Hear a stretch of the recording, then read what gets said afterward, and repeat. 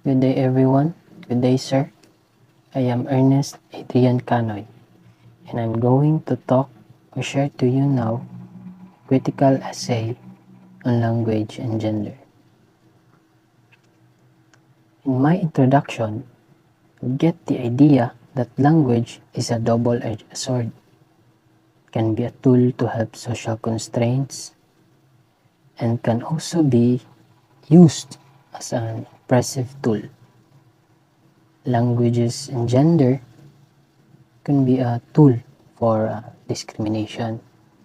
Authors like Brooks, Dayhoff, and Hayek believe that the common usage of he causes most females to feel shut out due to men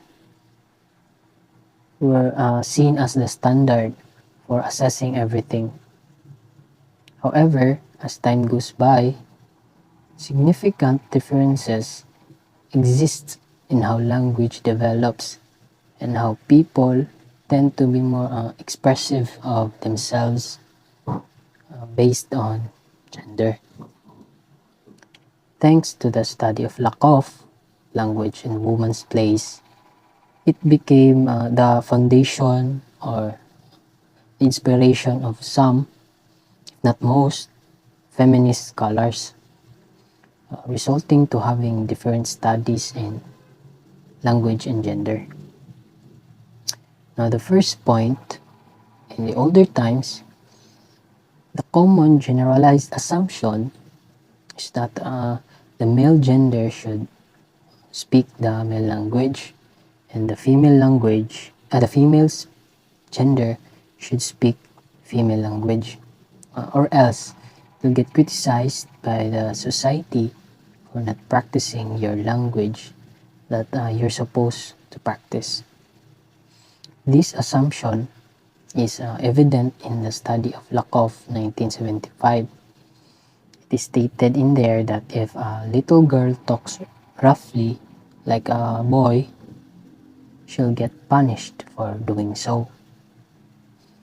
Lakoff also stated in the same study that children on both genders first learn the women's language because women are dominant in children's lives. However, it's not the same in our society today. A father who is the one taking care of his daughter single-handedly does exist.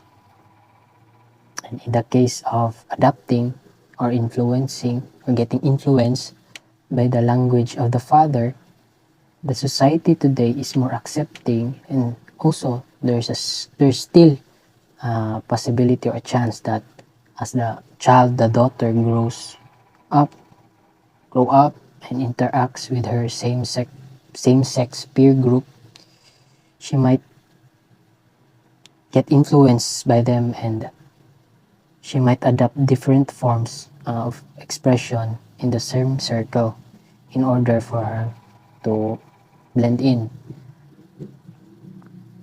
Now, second, in the old times, there is an assumption that women's language lacks humor. Lakoff, 1975, also believed that there are several features on the language of females, and one of them is it lacks humor. Women speak less humorous than men, she added. In contrast, this is not entirely true in our present time. Women are as funny as men can be, and being funny doesn't come in gender. There are notable female comedians are evident in the Philippine society. Personalities like Ay de las Alas and Eugene Domingo are some of the example of women getting the spotlight of being a star of comedy film. For people who are born in the year 1981 to 2012 maybe, definitely know these two personalities. This can be a proof that gender doesn't affect humor, unlike now, unlike before, that stated in Lakoff that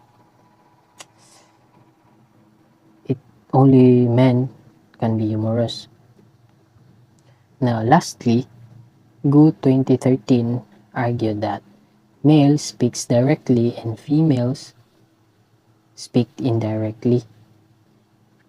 This statement is opposed by Buchholz, study of Buchholz 2003, saying that this generalization is not applicable to all communities due to the evident result of the research on the Malagasy speaking community in Madagascar, showing that women there speaks directly and men speaks indirectly, exactly opposite to the generalization that Gu believed. Now, these unwarranted assumptions that directness contradicts social norms of womanhood marginalizes women who practice the same, marginalizing genders who do not match these social norms or the social norms. Now, in conclusion, there is a progress in the treatment of genders in society and the language that they use through the study of language and gender. It is okay to develop different gender language other than your own, because it won't define your gender and the gender they perceive of you. It is evident in our society today, our present society, that there are men who speaks indirectly and as mildly as expected for a woman to be. There are also women who speak as direct, excuse me, as men and as loud as them. However, this doesn't mean one must label them as how they speak, but as how they want to be identified. Labeling their gender to their language can incite arguments and may inflict may inflict distress. Sorry. Moreover, just because men are often associated with a certain word or a certain profession, that doesn't mean that women don't have a right to acquire such.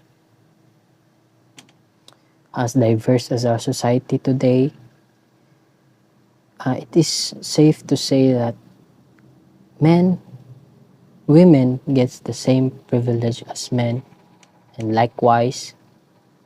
So indeed, there is a huge improvement on the society. I'm really sorry.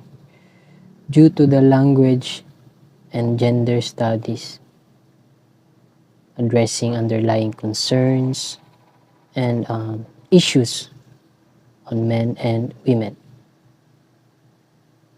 Thank you.